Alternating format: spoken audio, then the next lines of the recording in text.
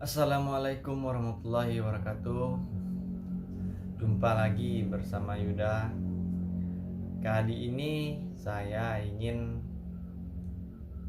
sedikit menyampaikan kepada kawan-kawan di luar sana, terkhususnya buat para pengguna media sosial. Pertama, saya ingin adanya penjelasan pertama tentang kampanye Bapak Anies kemarin di Batam, yang mana salah satunya itu acaranya di MTC dan Pasar 3000.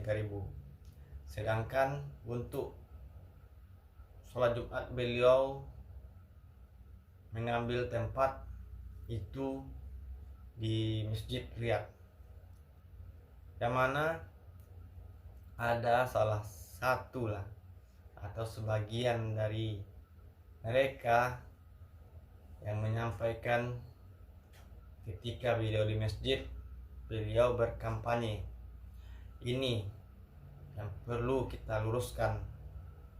Entah mereka mendengar langsung atau mereka hanya mendengar dari mulut ke mulut, sehingga ketika mereka berbicara di publik itu akan menimbulkan fitnah. Mungkin kawan-kawan bisa dengar ketika saya mengupload video ketika persiapan kedatangan Bapak Anies. Di situ tim menyampaikan Bapak Anies bukannya tidak mau berkhotbah atau menjadi imam. Memang dari beliaunya tidak menginginkan, sebab beliau melihat tentu nanti ada indikasi-indikasi atau bisa dijadikan pelaporan. Ketika beliau sholat Jumat di masjid tersebut, beliau hanya sebagai makmum. Beliau tidak berkhotbah, beliau tidak imam.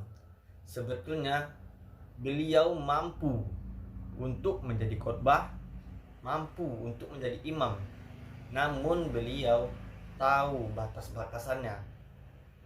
Sekarang ada salah satu dari teman kita atau saudara kita menyampaikan dia berada di masjid sana, dia berkata isinya untuk kampanye. Inilah yang sangat kita sayangkan apabila orang berkata bohong, menyebarkan fitnah.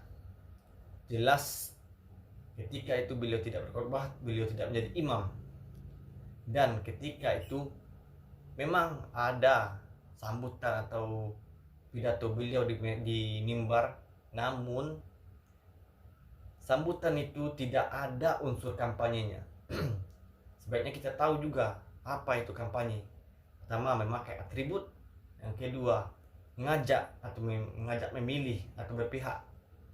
Dalam pidato beliau itu hanya poin pentingnya adalah mendoakan semua saudara-saudara kita yang ada di Palestina dan mendoakan agar tanah Palestina merdeka.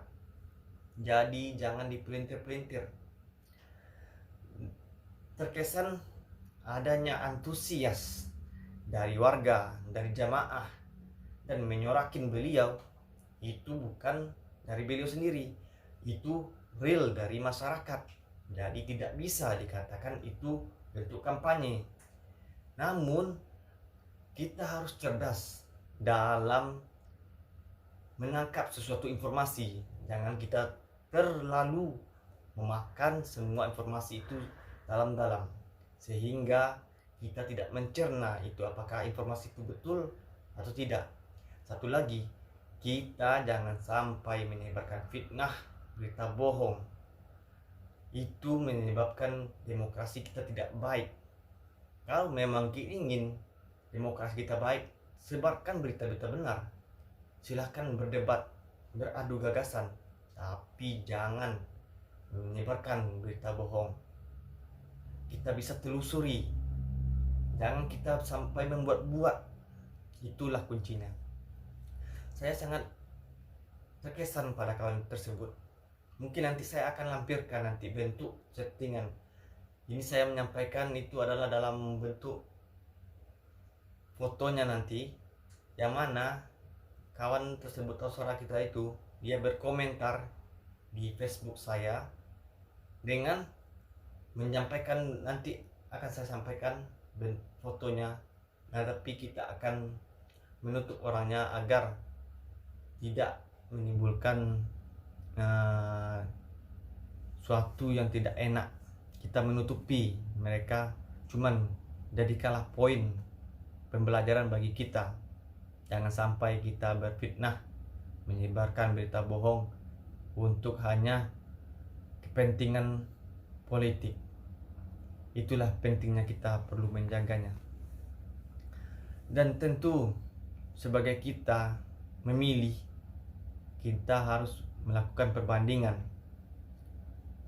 Ketika ada calon yang betul-betul memahami atau calon yang lebih dekat dengan agamanya, tentu kita akan pilih, sebab kita tidak bicara dengan konteks politik saja. Ketika orang itu dekat dengan agamanya, mereka akan mawas diri dari perilaku-perilaku yang melanggar aturan. Sedangkan mereka mawas diri dari aturan yang ditentukan Allah Subhanahu wa taala, Tuhan kita, tentu akan menjadi patokan mereka untuk menjadi mawas diri ketika melanggar undang-undang. Itulah kuncinya. Orang yang paham agama, orang yang mengerti agama, itulah yang baik untuk kita. Terlepas dari pilihan masing-masing itu, silakan mau Anda berpilih pada siapa terserah. Cuman kami berkeyakinan tentang memilih itu ada sumber-sumbernya, ada poin-poinnya. Baik itu dengan politiknya, baik itu dengan keagamaannya, itu menjadi poin penting juga buat kita dalam memilih. Mungkin kawan-kawan di luar sana yang belum tahu, mari kita sama-sama belajar, cari tahu apa yang menjadi pilihan kita yang terbaik buat bangsa kita dan negara kita.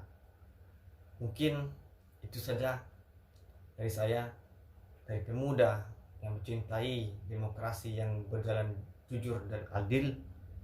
Mari kita junjung bersama demokrasi yang sehat, demokrasi yang menjalankan akal pikirannya dengan baik, demokrasi yang menjunjung tinggi nilai-nilai keadilan, kejujuran, dan kedamaian. Untuk kawan-kawan yang berbeda pilihan, silahkan Anda berbeda pilihan, tapi ketahuilah, ketika kita memilih pemimpin, itu akan menentukan masa depan kita 5 tahun ke depan. Jadi mari sama-sama kita memilih dengan akal sehat kita, dengan menggunakan perbandingan kita. Kenali sumber-sumber yang valid agar kita tidak terjebak. Terlebih terkurang, saya mohon maaf apabila ada kesalahan dalam penyampaian. Itu real dari saya. Kebenaran itu hanya milik Allah Subhanahu wa taala. Ketika ada teman-teman tidak sepaham dengan saya, silakan berkomentar. Kita akan diskusi, kita akan mencari jalan tengahnya. Terlebih terkurang saya mohon maaf. Billahi taufik wal hidayah. Wassalamualaikum warahmatullahi wabarakatuh.